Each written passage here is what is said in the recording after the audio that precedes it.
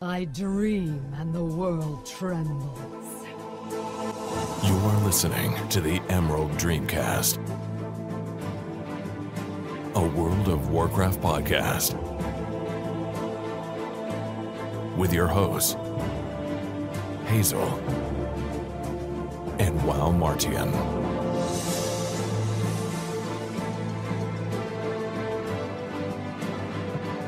Well, hello, Internet. I'm Hazel, and I'm here with my good friend Joe, also known as WoW Martian, and we're going to do the Emerald Dreamcast for you today. It is June 6th, which I believe is a Wednesday, which is the best day of the week that starts with a W, and I'm so happy to be here with my good friend. How are you doing, Joe? What did you just say? This is what happens when you let me do the intro. What? I don't know what we're supposed to say. Best day that starts with what? Hang on, how many days actually start with a W? Monday, Tuesday. Yeah, see, it's the only one. Nobody can argue that Wednesday is in fact. Oh no! Oh shit! It's Monday. That's my. Did you seriously bump your head before the show? Oops. I'm worried about you. Oh, you know the worst part is I actually have a piece of paper on my desk that has the date written right across the top of it. And when have we ever done the show on Wednesday? Ever? Absolutely never. Anyways. Oh, to a rollicking start. Everybody. Today is Wednesday. No shit! Oh my god, sorry. Monday. Today's Monday. It's always Monday. Oh. Every day is Monday here at the Emerald Dreamcast, and today we're going to be going over our weeks in WoW, and topics for the day include Jay Wilson leaving Blizzard and the general phenomenon of the community employee scapegoating in terms of unpopular development directions, and they've also announced Facebook login and live streaming, so we'll be discussing that today. First, Joe, how you doing? I'm doing all right, and I'm glad you're podcasting from the inside of an airplane right now. So. Oh, hey, let me turn my mic. I'm sorry. So it's like facing. It's extremely warm here in Oregon today. There's a big heat wave across the West Coast. And I think some of not the West Coast. Well, they said that was going to happen on Wednesday. Well, it's. Oh, right. Anyways, you'd rather have me here with the airplane than hear me melting to death, because I'm pretty sure it would sound like drippy, and I would probably whine a lot. You would ask me about WoW, and I'd be like, ugh. I don't know. No. I don't know the way this show started. It's okay. I'm fine, by the way. Great. Well, I mean, I asked because I care. Yeah, so how are you? Because I care. I'm great. I'm very warm, but as you can hot. hear, apparently, we have some excellent air conditioning here. We've got a window AC in the bedroom as well as my office. So my kid is just hanging out in here with me, staring at me like, who are you talking to? Why is the crazy lady talking to her computer again? Crazy lady. Crazy lady. So yeah, I'm great. Good. What have you been doing in WoW this week, Joe? Pretty much just my garrisons. Uh-huh. I mean... Have you been keeping up with that every day? Not every day. I mean, Overwatch really took a chunk out of that. I probably didn't... It was almost a full week that I didn't touch them, which kind of disappoints me now looking back on it. All that lost gold, but yeah. At this point, I'm doing fine. And hopefully when Legion launches, there'll be enough people. The WoW token will get cheaper anyway, so we'll see how that goes. Because that's all I really care about. I mean, if I can save real money by using fake money, I'm really, really good with that. That's just the dream right there. That is the dream. That's the Emerald Dreamcast. You know, by the way, I keep thinking about our name, and every once in a while I'm just like, I'm hoping like we could get some sponsorship from like Sega. we can have the Emerald Dreamcast. We could get like... They go under? Yeah, well, they don't make consoles anymore. They still make games. But, yeah, it'd be cool if we could somebody could mock up an actual Dreamcast and like make it green and put our logo on it and stuff like that. We need to make that. That would be cute. I wouldn't want to get shut down for copyright infringement though. It's parody. It's fair use. It's fine. Look at Etsy. It's full of that crap. Are you kidding me? I mean, Etsy is just full of people waiting to get shut down if they start making too much money. Well, look at even, what is that Woot shirt and all these other shirts things. Also full of people waiting to get shut down. Yeah, exactly. Too much money. That's the whole part about content creation. If you are earning money on somebody else's intellectual property, you are a time bomb, and you should probably diversify your interests, because that ain't going to last forever. Well, Dad said that was a time bomb anyway. That's a whole different thing. Mm-hmm. We can talk about that if you want.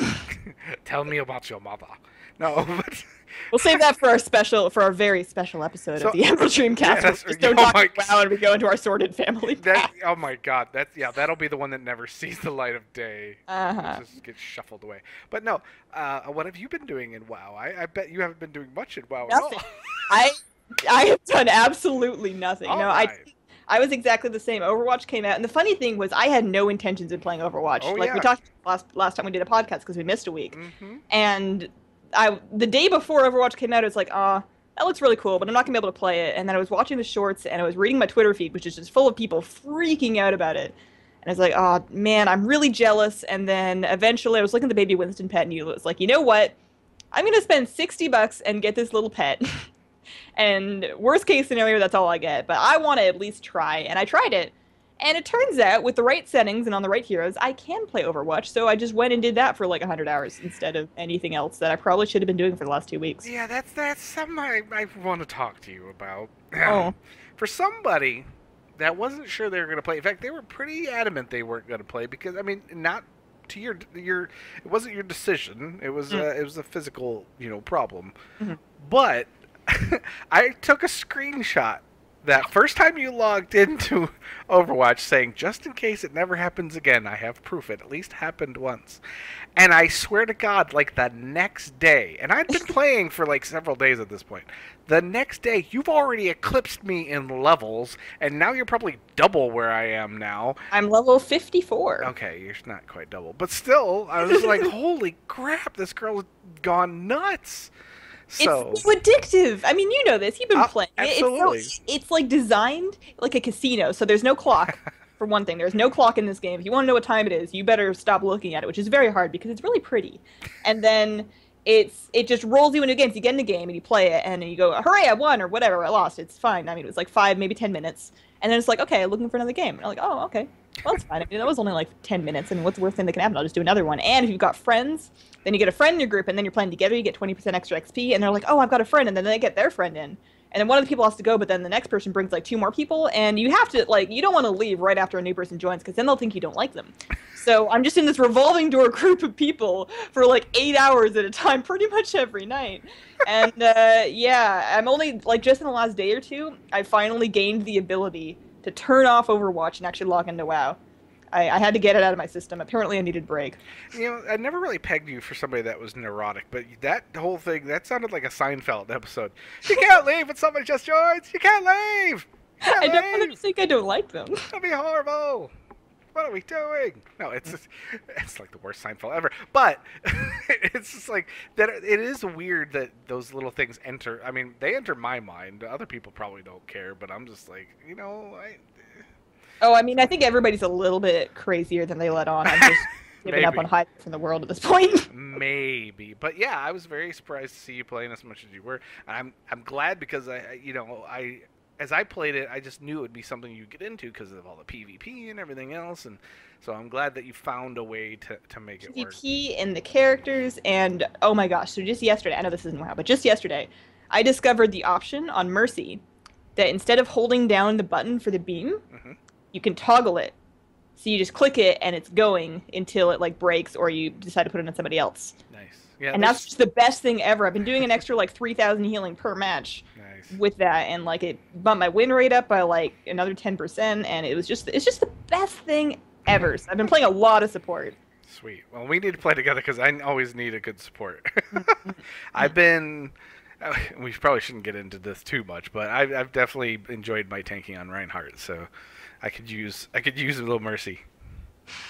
For sure. For sure. Anyway. Yeah, and like in the last couple of days, I finally logged back into WoW and I started picking up my free money again because it's very, like you said, there's this sinking feeling at the end of the day when you realize that there's just like, I can just envision all of my characters at their little garrison, which kind of looks like the mailbox from Wind Waker. I don't know why. But there's just like a little pile of gold sitting there, and then I just imagine like a lonely, overweight, bald, and kind of depressed employee just wandering along with a broom, just sweep, just knocking the gold off the desk. Like, oh, no, they didn't even come. They didn't even care enough to come get this free money. Nobody likes me. Everybody hates me. I'm going to go eat worms and throw at this gold because nobody wants it. And it's just a very depressing image. So I try and go visit that metaphorical employee of the Garrison post office every day, at least to get my free money so he doesn't think I don't like him. Yeah, well, I don't care about him. I mean, reality is, in a few months, they will be a long, distant memory, and I'm so like, I know some people are upset about the nerfing of the Garrison Gold, because they're like, oh, you gave me something, how can you take it away? I want them to burn it. Yeah. I don't ever want to go back. No, I definitely wish they could nuke it from orbit just to be safe. That would be such a fun launch event. What if the Legion invaded and they just blew up your garrison? They just nuked it. You just log in at 7.0 and you go to your garrison, it's just gone. Just timber and like, flames. I understand why they can't do it for like leveling reasons, but oh man, that would be so satisfying. It would be. I wish they could. Yeah, so that was our week's in and out of WoW. So the big news of the day is Jay Wilson, who I believe has been a designer in WoW for quite a while. He's been working for Blizzard for about 10 years, and he is leaving the company. We're not sure if it's for his reasons or other reasons or whatever reasons. That's not really our business to speculate on. But the one thing I did want to talk about is in all of the threads, I looked at the threads on Battle.net, I looked at them on MMO Champion and on Reddit, and all of those threads were kind of big pools of AIDS. They had a lot of really shocking negativity in it, and a lot of people seem to blame this particular employee for the Diabloification of warlords in particular, with things like the random gem slots, the random warforging, and other sort of RNG elements like the on crafted gear, the way you could re-roll it to get different stats, that kind of thing. People are blaming him for that kind of artificial extending of gameplay through use of Diablo-style RNG gameplay elements, which is funny because a lot of the newer Diablo-style gameplay that is coming to WoW has been very widely accepted. Like, people are really happy about the whole World Quest thing, about the Keystone Rift dungeon things. I don't even remember what they're supposed to be called. They're just Keystone Rifts. And so it's interesting to me that people are so upset, so hateful towards this one person that they perceive to have had this effect in the game, and that everybody can be so excited about something that should be really sad. I mean, he's worked for the company for 10 years. You don't just work somewhere for that long and have no impact, like no positive impact anywhere. So it's interesting to see the way the community reacts to certain people. And we've seen this effect before in terms of, I mean, the big obvious one is Helenka and Ashran and Warlords PvP. Prior to Warlords, I mean, everybody knew that he was the PvP developer, but I don't think anybody had any real particular feelings on him either way. But he's become almost this meme of, it's Trash Ran, Splash Ran, Helenka doesn't know what he's doing, etc., etc., etc. And people have sent him death threats, people harass him on Twitter, and everybody, it seems, has an opinion on something that like a couple of years ago, I don't think people really cared. I don't think people really were very much in touch with even the names of the people that were making the game. So it's interesting to see how the community shifted like that, and I want to know what you think, Joe. Well, I wouldn't say that's new. I mean, you look at Ghostcrawler, he was the target for the longest time, and when he left, it was a matter of basically who was going to take his place. And Hazekostas does a good job at putting himself in front and center, but for some reason, Helenka just seems to be the guy that people have gravitated to, whether it's because of, PvP or, if it's just that group of folks and it's just kind of grown, but I don't know. But he definitely took the Ghostcrawler role. I don't know. I get frustrated when it comes to people overreacting to things. The problem with the internet and everything else is everybody has to have an opinion. There has to be some kind of resolution. There has to be something to rail about right away before facts or anything are ever presented. It's a really nasty kind of court of public opinion, and people just automatically go on these tirades, and people like start taking sides, and then you got friends fighting friends. It gets really kind of nasty. And overall, I don't get too wrapped up in it. I mean, like, tonight was a perfect example. I've actually kind of taken a break from Twitter. I mean, I only got on Twitter earlier to talk to you and DM about the show.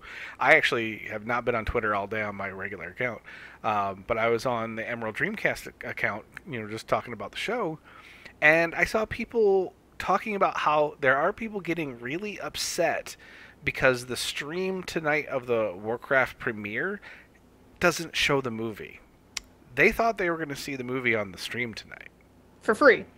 Apparently so. Or at least that's what they're saying, just to cause trouble. Yeah. And it's just like, this is stupid. I mean, I'm sorry. Most of the time, I'm pretty reserved and everything else, but anybody that thought that is dumb. I'm sorry. I'm not gonna Can't argue with that there. I'm not gonna hold back on that. Come on. You really think you're gonna show the movie for free? Okay, so to play devil's advocate, I do a tiny bit understand why people might like. I don't really understand why they think that, because you're right. That's really stupid. But I don't personally really understand the point of this live stream. Like, obviously, we're not going to see the movie because you've got to pay money for that and actually go in the theater, and it's not until the 10th, anyways. But so what is it then? Like, we've got a bunch of content creators, we've got a bunch of community members, everybody's getting dressed up, they're doing this big live stream, and it looks to me like this live stream is going to be just a bunch of talking to nerds in suits that they don't really wear and look kind of awkward in. Yep. And it's just weird to me. I don't understand. No, But then again, I've never really seen a movie premiere or event before. Anyways, aren't they normally mostly a celebration for the cast and the immediate community? Like, aren't they more for those people than the general public? No, for years. I mean, Entertainment TV, ETV had their red carpet show with Joan Rivers and her daughter, and they always, before the Oscars and everything else, they always have like an hour-long, half-hour-long, whatever it is, red carpet thing before the actual show starts. So no, this is so what do they normal. What do they do though? What are they? They interview people and they're like, "What are you wearing?" And that's what everybody talks about the next day. Oh, did you see what she looked like in that dress? Yes, that's what it's. I don't get it either. It's not my thing at all, but it is a thing for some people. So, all right. But I mean, we are gamers and we don't really usually get into that sort of thing. I don't think, at least most of us. That's the thing, is there's a little bit of a disconnect for me between the format of the show and the intended audience. So I'm kind of curious to see how it turns out. When is that? It's today, right? It's tonight sometime. Yeah, it could be going on right now for all I know. Although I was just curious if I wanted to not miss it when I need to. It is Pacific time, so it could be much later. But I don't know. I mean, the premiere is going to be the premiere. Every movie has a premiere. Whether it gets streamed or whatever else, that's obviously the purview of Warcraft. But I mean, the only thing I'm curious about is who's going to come to this premiere besides the people that are in it and people that are associated with Blizzard and stuff like that. I mean, are you going to see some famous people that you don't expect? I know, what was it? Either the Germany one or somewhere in the UK. I think it was Germany though. It was I'm going to butcher his name. Kirsten Yarn, the guy who plays Hodor from Game of Thrones. He's a big Christian name. Christian, thank you.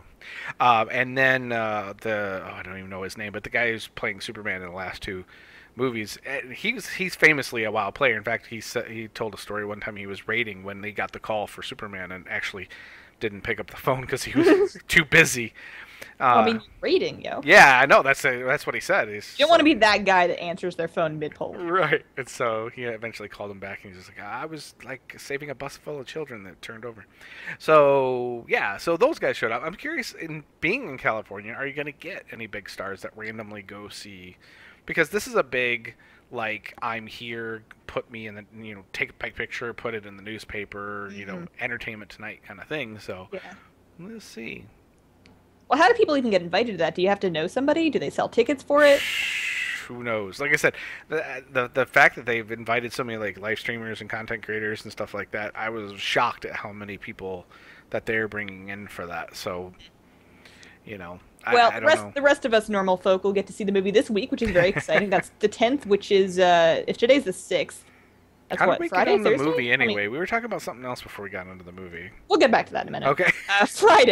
Friday. So, are they premiering it Thursday at midnight, or they've been? What? The weird thing is, I've noticed that they start doing these midnight releases the day before at like 7 in the evening now, which is just odd to me. That's very strange. That's like people starting Black Friday sales, like right. way too early. I get it, because I mean, if you want to see it the day before and you don't want to stay up to midnight and like miss work the next day. The point of a midnight premiere is that it's midnight on the particular day. It's when the day starts. You're just ruining everything at that point. People have no respect for the calendar.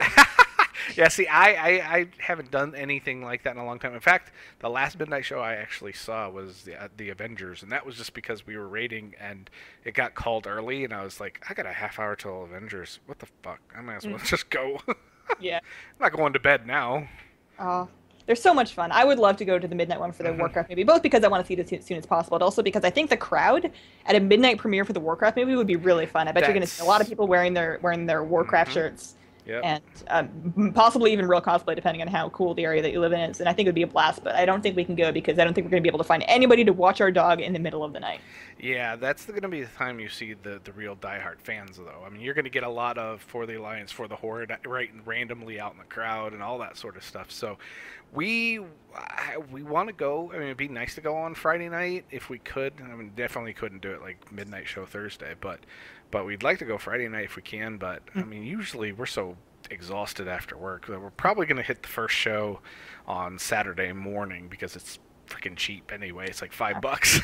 Sure, for sure. It can also be a little bit disconcerting to find yourself in a three-dimensional space with a bunch of other WoW fans. Like, I've never been to a BlizzCon before, and the first time I really experienced that was the midnight release for Mists of Pandaria. I actually went and ran out, literally ran because I was late and they were only going to be open for like 3 minutes. Right. I ran to the EB Games, which is like the Canadian GameStop. Right. To pick up my copy, and there was like a big line of all these other Warcraft fans, and it was very strange being among all these people that I didn't know, and just seeing what the general demographic was, and it was a little weird. They smelled kind of funny. I'm not gonna lie, they smelled a little funny. Well, the first midnight one I did was actually for Burning Crusade, so. And I remember so many people were like picking up their collector's edition, and I was just getting my regular one because I was like, I don't know how much I'm going to play. I don't want to spend all that extra. I may not play this game much longer. I don't know.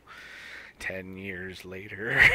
Should have gotten that collector's edition. I actually end up doing that, but I paid like $150 for it. And I got the Mob Collectors. Legion is the first time I'm not getting a physical collector's box. Wow. Yeah. What's up with that? Well, I've moved a couple times in the last couple of years, and I really hate moving stuff. And mostly my collector's editions sit in the closet, and I haven't looked at any of them in a very long time, and I don't get any particular excitement out of looking at them. Most of the collector's edition for me is about the pet and the mount, and because you can get that on the digital edition anyways, right. And because with the digital edition you can have it preloaded and ready to go when they first turn on the servers, whereas with the other one you actually have to go get it first. Yes. This is just kind of the way to go for me, even though I'm sure everything's going to break. They said it wasn't going to break, but I'm sure everything's going to break, especially because, I mean, sure, they say they're going to fragment the player base at first by sending people to all these different areas for their artifact quest chains. That's great. But your artifact quest chain takes you maybe 40 minutes, tops. And then where do you go? You go to Dalaran. Dalaran is tiny. It is no bigger than was in Wrath. And you remember Dalaran in Wrath? Yeah, but you won't spend much time there. Not initially. Long enough to crash the game, I bet you. I bet you that's not going to be so smooth. There's going to be that on launch night, no matter what. They can do what they want, but I mean that's just a lot going on at once. So, but I won't be there because I will be working the next day. So, and unfortunately, I mean not unfortunately, because I love my new job. But I'm not there long enough to like say, can I have tomorrow off? just give me a week off. I got a really important thing. Yeah. There's a bus and there's some kids, and I just got to take care of it. Okay. Sure, no problem there. I'm gonna be just like my sister is getting married. I think 2 days before the launch, so I'm going up to Canada to go to her wedding, and then we're gonna be coming back pretty much the same like the right before. So I think I'm gonna be getting back and unpacking, and then like picking up some Doritos on the way home from the airport or whatever it is that we're gonna do, and jumping straight into it. So hopefully the traffic's good on the way down through Washington. Yeah, I'm gonna get my collector's edition. Like I said, I won't have to worry about launch or being there when launch happens. And I've got all of them but vanilla at this point. It's just I don't collect much. That's probably the main thing that I have. That's any kind of collection. So I can't go missing one now. I understand. Do you collect other Warcraft stuff? Not really. I mean, I'd like to. I'm not opposed. Do you have any of those pop figures? I only have one pop figure, and it's actually BB-8. Yeah. Well, that's a good one. If you're gonna get anyone, that's a good one to get. Yeah, but I'm honestly probably gonna start getting the Overwatch ones. Oh yeah, I want some Overwatch shirts. Oh, I know. But I can't even decide which character I like enough. I love them all. They're all wonderful. We can't keep talking Overwatch. No, we can't get onto that. Anyways, the topic that we almost finished, but not quite, was when we were talking about employee scapegoating in terms of negative energy in the community. Right. And I just wanted to finish the conversation in relation to the whole Halinka meme thing. And I want to kind of talk about what, like, obviously the Halinka thing kind of stemmed from a place of genuine concern. People get so upset about this game because they love this game. They put so much time into it. People are so passionate about WoW. And I think Blizzard and everybody kind of understands it. Everybody gets that, and that's why people get so mad. But people obviously don't always handle their anger in really good and constructive ways. And I think there was some genuine criticism. There's actually quite a bit of genuinely well put and valid criticism of the way that PvP was handled, particularly in Warlords. They really started this whole thing against Holinka, but I think the way it went was vastly overblown, and I think a lot of that was sort of perpetuated by the whole, like, the Twitch community, because it became a big thing in Twitch chat. That became a very big Twitch meme, and people were getting very hyped about it on Twitch, and that's kind of a way to keep that fire rolling. And then, not saying that it's his fault or anything, we're not victim blaming here, but Holinka's his own attitude on Twitter and just in general public statements, I think a lot of people would probably have a harder time being furious if he appeared at all, like, understanding of the whole thing. He's very proud. He's not going to stand there and let people tell him that he's doing his job wrong. Right. And people don't click with that. People get really upset when they see somebody refusing to apologize for something that they perceive that he's done. And I can definitely see both sides of it. I can't imagine actually how frustrating it must be to go to your work and do your best and try and do a job that you've done for a long time, and just have so many people telling you that they think that you're not qualified to do it, and they think you should be fired, and they think this and that, and they want you to do this differently and that differently. I can totally see where you might want to start blocking some people on Twitter. But I do think that whole attitude has definitely contributed to making that the biggest real shitstorm of WoW employee hate that we've seen so far. Yeah, I mean, the thing is, and something I've learned the hard way over the years, is that you're not going to please everybody anyway. So there comes a point where you just have to accept that, and, you know, if he's got to be himself to that degree, then more power to him. People are going to love you or hate you, you know, even if you're a saint. I mean, God, I'm sure Gandhi had a lot of haters too. I mean, there's always somebody that, you know, people hate, so... Absolutely. So, I mean, as long as he's doing what he thinks is right, I mean, this is what kills me, because so many people talk about all these mistakes that Blizzard makes, blah, blah, blah. Do you think they're trying to tank their game? They're not trying to. They may make mistakes and whatever else, but their goal is not to screw stuff up. They want you to keep playing and give them money. It's so funny when people start the conspiracy theories of, oh, they're trying to kill this, or they don't want to do this anymore, so they're making purposely bad decisions to just tank this thing. Oh, sure. Yeah.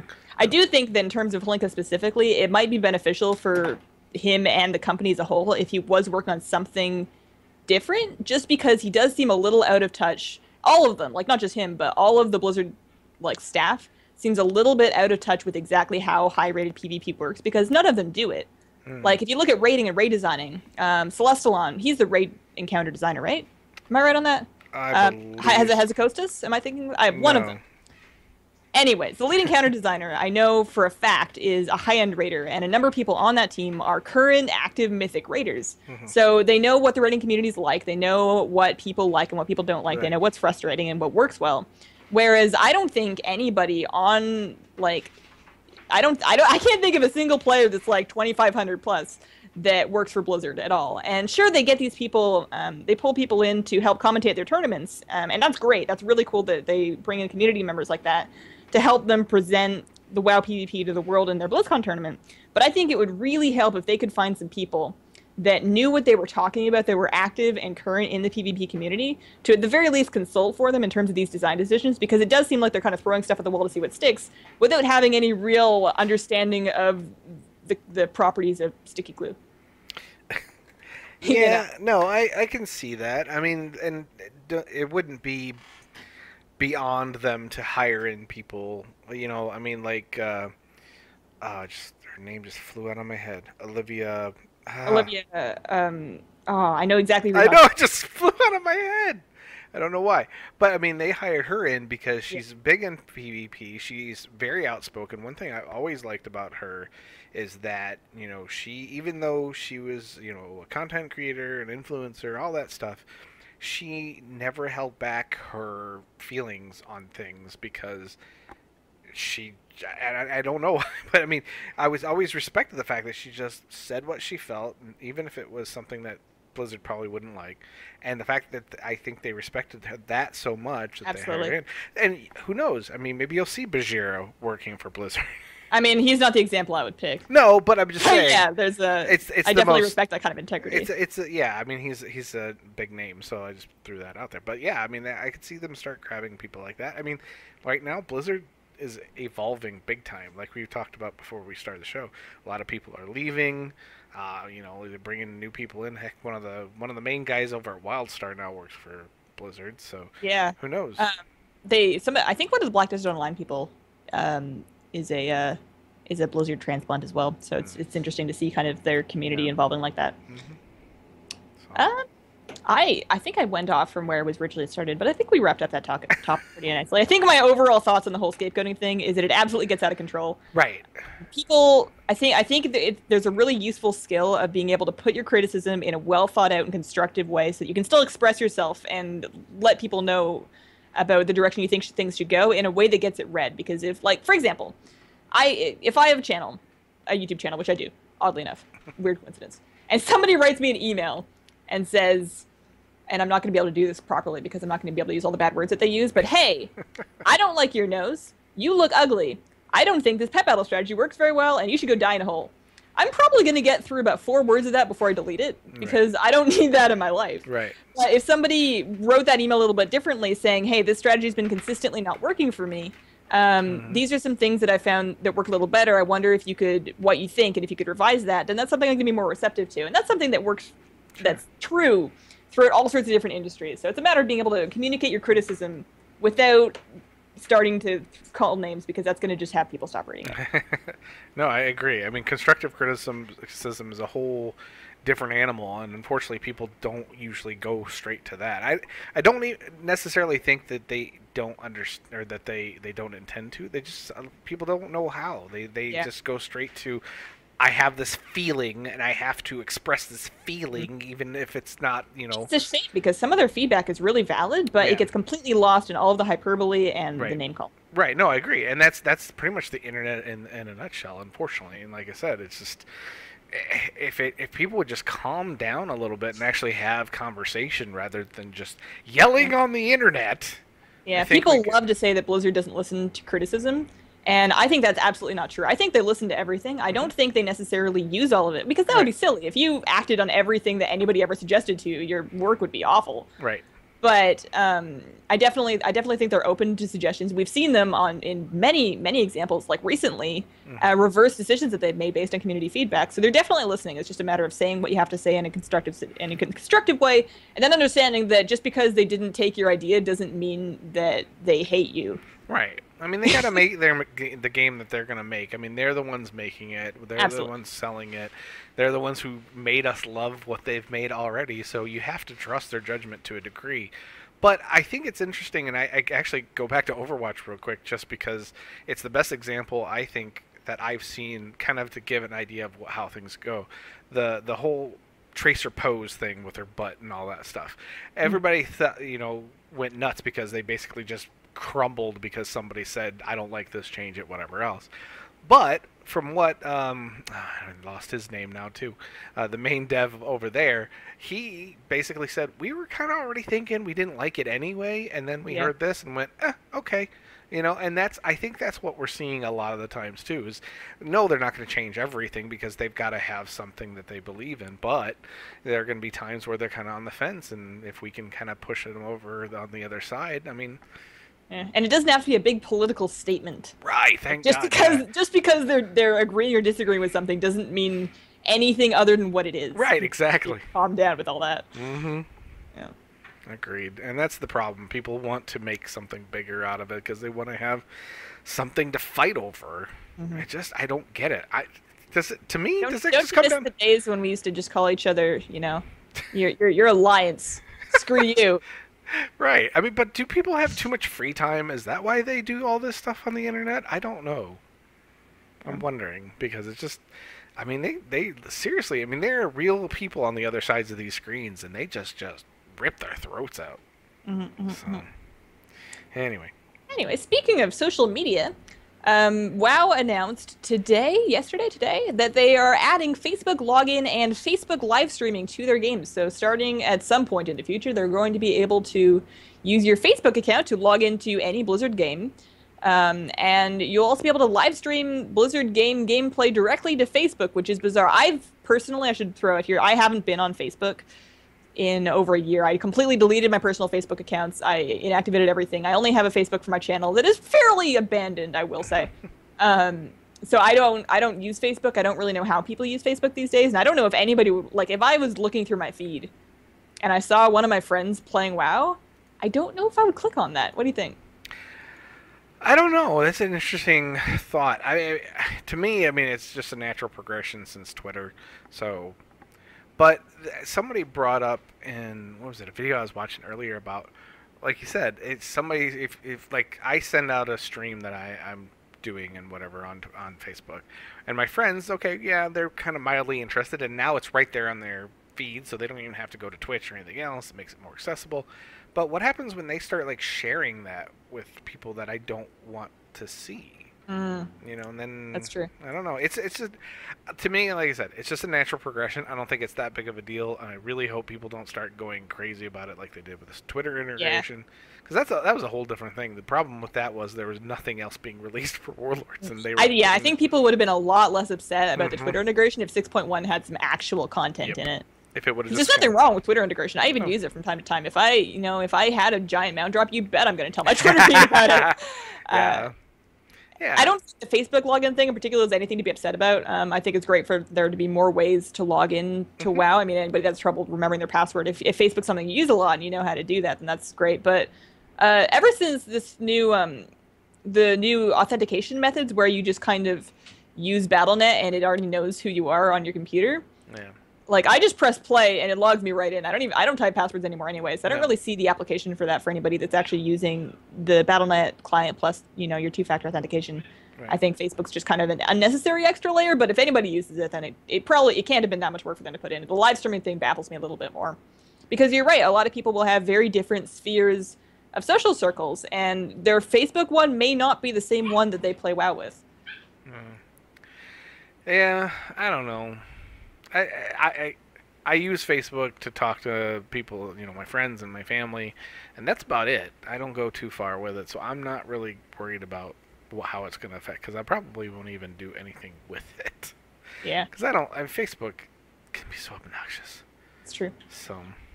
Yeah, I personally got off myself just after I realized that not once have I ever felt good about anything I saw in this feed. It's either people being passive-aggressive and irritating, or it's people that are being so happy and making me feel worse about myself. Like, there's no middle ground there. There's no good news that comes to me through Facebook, so I decided I was just much better off without it. Right. Twitter, on the other hand, has cat pictures. I mean... Well, so does Facebook. I see significantly more cats on my Twitter feed and Instagram. Well, Snapchat, for that matter. But that depends on who you're following and stuff, though. Well, that's the thing, is on Facebook, you're kind of, because of the design of it, you're kind of forced to follow people that are your so-called friends. And what if your friends just don't have cats? You can get people that are on your, Twitter feed and everything else. You can go onto their Facebooks and stuff, too, I don't cross that line for the most part. There's a couple people that... have gone from Twitter to Facebook, but for the most part, I keep them very separate. That's just me. Totally understand that. So, anywho. Yeah, well, let's see here. I ran out of stuff to talk about. What about you? I ran out of stuff to talk about. We went through our topics for the day. We talked about the Warcraft movie. We talked about the scapegoating thing. There's not too much to say about the Facebook login and live streaming thing. I saw a lot of the reactions that I saw on Twitter for it were just really silly. Somebody being like, "Oh, this is fine so long as they don't take away Twitter." And I was thinking, in what world does them adding Facebook login mean they're taking away Twitter integration? Yeah. What world are they like, "Oh no, we're capped. We're done here." That's right. Nah, I think that guy was trolling, but still, I don't know. For me, one topic I wanted to talk about though is I got to play around in beta a little bit more recently. The last build that came in that had the login screen and the new login music, which music is a huge part of the game for me. I adore most of the music in the game, and so I was anxious to see how that was going to work out. And the opening theme is great. I mean, it's very BC. Anduin has his own theme, which is really good. When did they play that? The login has kind of little clips of different themes throughout. His theme is in there briefly. Where it is in the game, I can't tell you, and I don't want to say too much because I don't want to spoil anything. I can imagine the part that you think they might put it in. Well, there was a couple places I kind of poked around in the beta to see where it might be. But then again, I mean, we're talking cutscenes and other things like that, so it may come into play there. Which those have not been released yet, and I'm really waiting for those because I mean, there's some without getting into detail, there's going to be some big moments in these cutscenes. So I'm really seeing how they play out. But yeah, I don't know if you saw, I tweeted out, I just ran Marty through, and I hadn't really messed with a Resto Druid in a while. And so I jumped in and started doing the artifact. And as soon as you get to the Emerald Gateway, is it called? The Dreamway? Yeah. That first, you just land right down there, and you're just looking at this vast expanse of trees and, like, oh, it was just gorgeous. And the music comes down. It's similar themes to the Night Elf music previously, but it's much bigger. They must have, obviously, the budget for this thing's a lot bigger than it used to be back in the day. Because if you know the first soundtrack, it's basically like synthesizers. Yeah. Now it's full on orchestras and stuff. So I was literally stunned. You got to run in and help do this and that and whatever else. But I just sat there for like a full minute just looking at everything and just listening to the music. It really struck me. And this expansion, in terms of the art department and the music, they've never gone wrong, but I think they're really nailing this big time. And everything that I've played, like I said, my Prop Paladin and now my Druid, has me really, really excited for Legion. And I don't want to say it's going to be so awesome it's going to make people forget about Warlords, or it's going to be... We've all been done. Right, or even it's going to flash us back to Wrath, but I swear... I have that feeling that they're just getting it right this time. And I don't know if that means Warlords was kind of a half expansion that they were just forced to put out to give us something until the movie, and this to try and line up with Legion or whatever else. I don't know. I don't want to get into conspiracies. But this just feels like we're getting back to what we used to do and the feelings that we used to have and the stories and the characters. And that's got me really excited. So... Do you normally play WoW with music on, with in-game music on? Absolutely, I do. I have it, and I have it so it auto replays and stuff in the zones. Yep. When I first started playing, honestly, I didn't know anything about MMOs at all. I never played one. I didn't know anything about WoW or its stories or anything else. So I actually played some of the music from the Lord of the Rings trilogy while I would play. But then eventually I got into the music of the game, and yeah, there's just something about the music that fits so well. I mean, Russell Brower, just an amazing musician. Yeah, I'm really excited about what we're seeing so far, and I cannot wait to see how things continue to play out. The big question, of course, is going to be not the launch or anything else or the leveling or anything, because even Warlords did that right. It's a matter of what we're going to get in terms of patches and stuff like that down the road. I'm interested to see how long the World Quest thing keeps people busy, because when Warlords came out, everybody, like, they were so excited about this new method of daily quest, the method where you, instead of doing, the bare asses, you would actually go to a zone, you would just help out in any way that you want, and choose your own way to complete your daily quest by filling up that meter. And that sounded great on paper. And then Warlords came around, we did it, and we were like, oh my god, this is worse. This is actually worse than it was before. This is so boring. The World Quest thing, I'm hoping is not another round of that. It's one of those things that sounds on paper like it's great. There's going to be lots and lots of different things to do. It's going to be different on a day-to-day basis. You're going to get unique rewards relative to where you went. You're going to have a lot of choice and agency in where you go to complete your stuff. But it's very hard to say without it coming out how that's going to feel when you do it day after day after day, because WoW is a very specific kind of game in which you kind of play it as a life. It's part of your everyday life for most people. So those things, they're either going to wear themselves out or they're not, and it's hard. There's no way of saying how that's going to go. You can play a World Quest a couple of times in the beta, but you're not going to know how you're going to feel about it until it's been for 4.5 months. We need a patch and it's not here yet. curious. So I'm interested to see how World Quest in particular help keep us going until they actually release patches. I'm curious how many WoW betas have you been in? I was briefly in the MOP beta just because of the whole annual pass thing. Right. I think everybody was in. And then Warlords because of you. Stop. And then this one. Yes. So 3. Okay. I mean, one thing that I tend to tell people, and they don't understand, they don't listen, or they just don't agree. I don't know. But when you play beta and then it comes out live, it's a different animal. Oh, yeah. I mean, it just is, because you can play with your friends, and it just takes on a whole different you're playing life. on your actual characters that you've invested all that time into. Like, when you're playing something in beta, even it doesn't feel like, oh, I've got this game early. It feels like you're testing it. Yeah. Because you know that any progress you make in it, you're not going to keep it. You're just kind of seeing what's there. Right. Whereas when it actually comes out, you're continuing the story of your individual characters, you're adding to their achievement journals, you're adding to your personal wealth. So, like, you're continuing this piece of work that you started however many years ago you started playing WoW. So it's totally different. Right, and that's the thing. I mean, for us as players, it's different. For the way it's going to play out for Blizzard, it's going to be different too. They can't predict what the mob of people is going to actually do with what happens when it comes out. So it's going to be very interesting. The World Quest thing has me a little concerned too, because they're not daily quests, but they're kind of daily quests. And I don't know. We'll see. I think the variety that they're giving us, so many different world bosses, for example, the dungeons being hopefully a much bigger part. That's what I think I'm counting on more than anything else. The world stuff is great.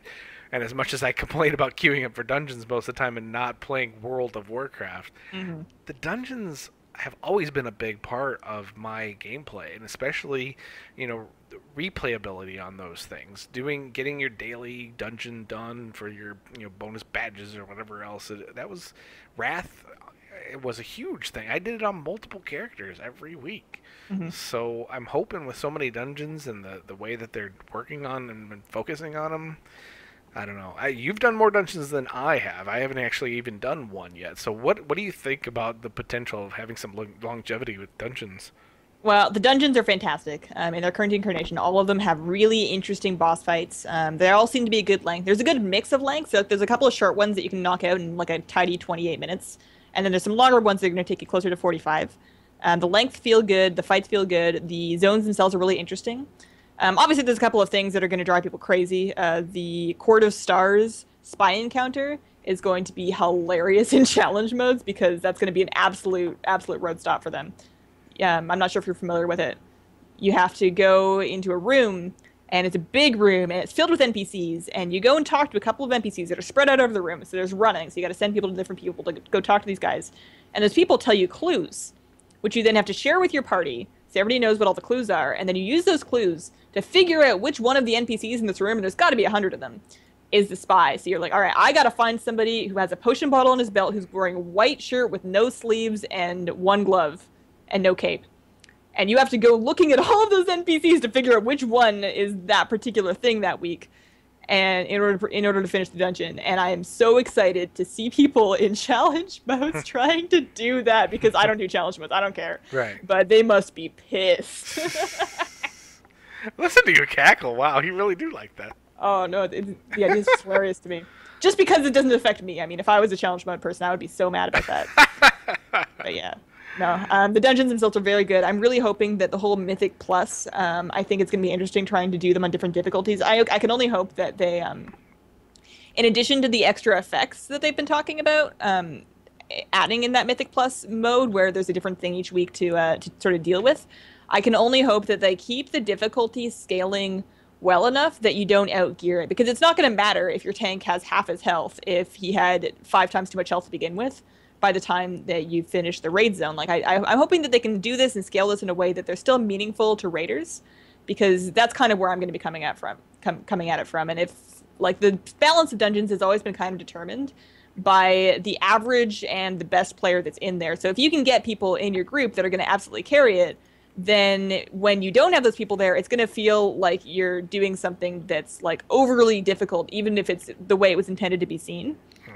And if you have a full group of people from your raid, you're just doing that after raid to kill time, and you just completely obliterate it, then that's not really going to be fun either. So I'm hoping that they scale it in a way that makes it still meaningful later on in the expansion. Yeah. And that it's not completely invalid after you've first done the dungeons. Because that's the thing about the whole Keystone thing. It's supposed to get harder and harder and harder and harder for increasingly better rewards. So supposedly it's still going to be valid, but I'll believe it when I see it. Right, yeah.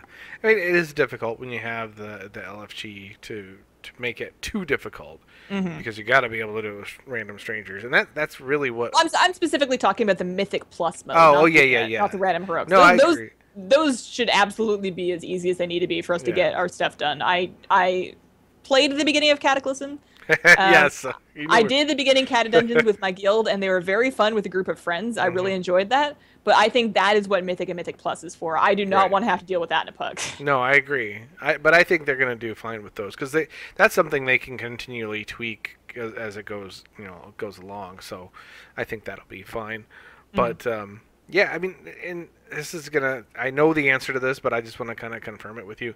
Since the scaling situation in Legion, so does it mean that all the dungeons are available right from the get-go, that you can randomly get selected into any of them? There's not a progression? No. Okay. Not quite. So, and I thought, you can, as you get access to a dungeon, you can do it on normal or heroic while leveling. I don't see why you do it on heroic. The rewards do not seem proportional. But you have that option. But you don't have access to all of them right away. And that's strange to me because the dungeons are based in these different zones. Right. And you can do the zones in any order. It's bizarre to me, but you don't have access to all of them right away. You have access to most of them, but I wanted to cover, which one was it? There's one dungeon, actually there's two dungeons, but nobody cares about Violet Hold. There's one dungeon that I haven't made a video for, and it's, I don't remember exactly which one it was, but I can't make a video for it now because I need to be level 110, I think, to get access to it, and I haven't leveled that far again since the character wipe. Right. So yeah, you don't have access to all of them. You have access to quite a few of them, though. Yeah. I don't think that dungeons while leveling is going to be the way to go. Unless they seriously tweak the rewards for them, they have really crap rewards while leveling. You're much better off experience-wise just doing your quests. And there's so many things that you're going to need out in the world. Just for an example, cooking recipes. A lot of your original cooking recipes are quest rewards from quests that you do normally while leveling in Legion. So it doesn't make sense to level in a way that doesn't have you doing all the quests, because you're going to want the stuff from there. You're going to want the recipes. You're going to want all of the chances at artifact power that you can, because a lot of quests are going to give you artifact power, and you're going to get some as you level. Whereas artifact power is a lot scarcer in dungeons. So those are something you're going to do at max level anyways. And then the last thing is, I'm assuming, I don't know for sure, but there is, of course, a Broken House Lore Master achievement, and I'm assuming you're going to need it if you want to do the flying thing when they actually add that in. But you're going to want to do all of the zones all the way through, at least the first time anyway. So I think dungeons are probably going to be something most people leave for max level, if only because you get so much artifact power while leveling. Yeah, they need to at least make the dungeon something that you can you can at least do somewhat as an option during leveling. That's one of the reasons why I only do each dungeon pretty much once during leveling, just for the quests. So it needs, in my opinion, it needs to be something like that. So I didn't see any quests in the dungeons themselves, when I actually randomly queued into them without having done any of the zones. Right. I did not see any quests. And now doing the zones, when I finish the zones, usually at the very end of a zone, when you completely finished it, there is a breadcrumb quest that takes you into the dungeon. But I don't know if once you've taken that breadcrumb quest, if there are additional quests in the dungeon, or if that's just to get you to do it once. So I do think that, at least to finish that breadcrumb quest, it's probably worth doing them the one time, even just to finish the story of the zone that you were doing after you finish the zone. But I hope they add a couple quests for them. Yeah, they probably will. I'm certainly going to make mention of that to them, that's for sure, because that's what I liked, is kind of mixing up my questing with leveling. And you're talking about questing in terms of, your professions. I mean, that's how you do your professions primarily, at least initially, in the expansion, right? I mean, I know that all the videos and stuff that I've seen on professions it's about going out and doing quests in the world to get that particular blacksmithing up, because it pretty much skips over everything and starts fresh. Yeah. In this expansion, so a lot. Here's my thought. Every time I see all this, every time I see these yellow exclamation marks, what are these people that come to do raiding and stuff that hate leveling and hate questing? They're not gonna like this expansion. Particularly artifact power, unless there is a very good way to get artifact power in raids. people are going to be so upset about the amount of grinding it's going to take to get your artifact weapon maxed out, which you're going to want to do for raiding. Absolutely. Raiders do not like leaving untapped benefits on the table. No. So people are going to have some feelings about that. But I definitely get the feeling that they're a little bit unhappy with how, like, if you're leveling a character from 1 to 100 right now, usually what I would say most people do is they get to 15 and they just spam dungeons. And they definitely, even with these recent hotfixes they've made, they definitely want to move people away from that and back into questing in the world. I don't think that they like the sit in a city and pretend it's a lobby and then just queue into whatever content you're going to do sort of model of it. And it feels like in Warlords, they're specifically making a move to push people towards doing the quests in the world over doing the dungeons, leveling at least. And then again, actually, at level 100 with Suramar, I do think that artifact power, it comes from both things. You can get it from dungeons. You can also get it from the quest in Suramar. And I think the addition of Suramar as a zone is we can probably get into this a little bit more next time because we only have 5 minutes left. But it's an interesting zone. You don't get a whole lot of gear from it. There's a little bit of gear, but for the most part, they said that they added it just because they want there to be a max level story-driven questing experience available in Legion, but you don't really get a lot of rewards for it. You have to do it for its own sake. Right. And now that's another thing that I was talking to somebody about in terms of the way you can level however you want, whatever zones you want. If I remember right, the story, the way it's laid out, is that there's a particular thing in each zone that you need to go fetch, essentially, but the final one or whatever else is in someplace else. So it doesn't really matter how you get those other ones, but it does lead to this one particular place, and that's how the story gets pushed. Am I remembering that right, or...? To be honest with you, I didn't look too closely at the story while I was leveling. Okay. Well, they spoke about it, I believe, at BlizzCon, or maybe it was probably the launch of Legion. That whole thing they did, I think it was in Germany, when they announced it. So I can't remember, but I know that it was a concern of it was actually my girlfriend I was talking to because she's into story as well. I mean, a little shout out to her. She's actually finishing up the first book of her novel trilogy, her first novel actually. Ooh. So yeah, she's big time. But she's concerned about how that's going to play out. And if I remember right, that's how it works. So at least they are thinking about how the overall story is going to work out, even though you can do these. That's the funny kind of balance that Blizzard has to make. The game function with the storytelling, how the game design and the story and how all that works. And that's why one of the reasons why I don't jump on their case for every little thing, because they're doing a lot of stuff at once. And we could nitpick at this, that, but they've got a big scheme, a grand scheme to look at. So my hat's especially off with to them. so many different things to do in WoW. Like, most people don't do everything. Like, you'd be hard pressed to find a person that does high-end raiding and PvP and pet battles and transmog collect and challenge modes and like all the different things that they do. And they put so much work into each individual one, and everybody's like, oh, you didn't put enough work into this thing that I do, because they don't see all the other stuff that's going on. Right. Yeah. Whereas, I mean, you're making a game for millions of people. I mean, you're not going to make everybody happy. Absolutely not. That's just crazy talk. One thing that I had a thought about like half an hour ago was you were talking about the loading screen, how they've redone the loading screen and added all this extra music to it. Mm-hmm. And this kind of ties into the whole thing with the Facebook login, but I don't remember the last time I actually sat on the loading screen. Like, the only time I ever see the loading screen is when I've gone AFK for a very long time, and it kicked me out to the loading screen. And usually what I do is I just exit the game and relaunch it from Battle.net because who wants to type in their password? Right. So it's interesting to me that they, like, because they had a decent loading screen before, like the original Legion loading screen, like nobody was like, oh, this sucks. Right. I can't remember anybody complaining about it. So it's interesting to me that they put some extra time into making a better one, which I think it is objectively better. Mm-hmm. But it's interesting to me that they decided to do that when I don't think that many people even spend time on the loading screen anymore. That's true. But I mean, it's kind of a traditional thing. Yeah, I guess that's true. So, but I mean, hey, we don't have... I'm just hoping all that extra music finds its way into the game in ways that are going to affect players, especially... They need to find some way to convince people that constantly mute the music and just throw on their YouTube tunes to turn it back on once in a while. Because I was having a conversation with a friend not that long ago. We were talking about music in WoW. He's like, oh, I never listen to music in WoW. I'm like, really? There's some really good stuff in Warlords. And he's like, really? Isn't it just like harps? And I'm like, what? God. And I sent him some of the songs. I think the Auchendoon theme is one of my favorites from Warlords. Yes. And a lot of people just don't know how good the music's gotten. So I'm wondering what they can do to actually, remind people that it's pretty darn good. Well, that login music actually continues on the character selection screen, so you can sit there and listen to it. But it is kind of a... I'm trying to think of the word, but it's a a collection of different themes that kind of go with like the main Warcraft theme being the main thread. So I mean, the biggest example of that was Cataclysm, because they were going back, not going to a new continent, they're coming back to Azeroth, and we're going to be talking about all these zones and places that we knew. So they brought a lot of those old themes back, just bigger and just more pronounced, because I mean it was the Cataclysm we were talking about. So that was the most pronounced. But yeah, they've been doing that for a long time. It's about 10 minutes long, and it's got a ton of different themes. If you listen to it, it's pretty sweet. I'm really looking forward to seeing, like we've talked about, where those things are going to play out in the game. And, you know, like the Anduin theme. So we'll see. As long as they don't have a giant dragon that shrieks and scares the crap out of me. I still, you know what? I don't care. I still miss that. Oh, it used to wake me up. Oh, I know. I used to fall asleep with my computer on, and then the dragon would come along.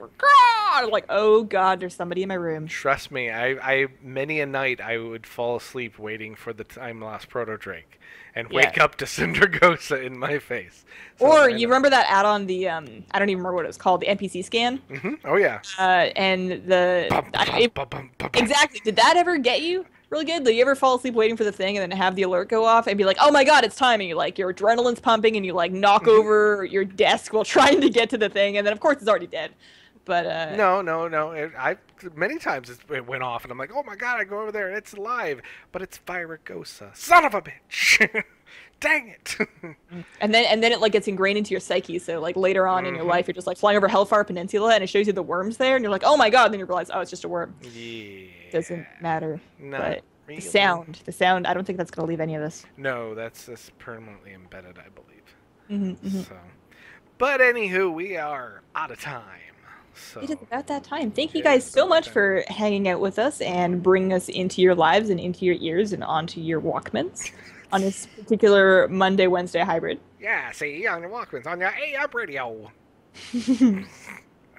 Every time you say Walkman, it's just, you're not even old enough to know what a Walkman was. Hey, I had one. Did you? What, you were 3?